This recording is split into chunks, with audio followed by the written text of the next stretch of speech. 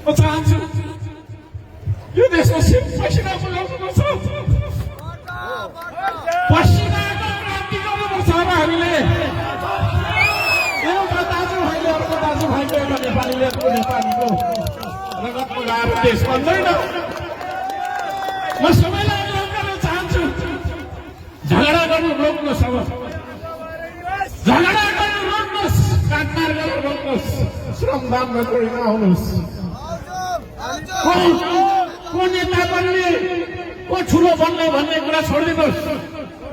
हर्क सम्पद नेता बन्न खोज्यो भन्नु होला, होइन म नेता सेता तपाईँभन्दा फाटेको लुगा लगाएर आएको छु, म तपाईँभन्दा 10 किलो धेरै काम गरिरहेको छु। म कोही कसैको नेता बन्न चाहन्छु, तर यो देशमा शान्ति होस्, यो देशमा रगत नबगोस् भन्ने मेरो चाहना हो। तपाईँले साथ दिनुहुन्छ,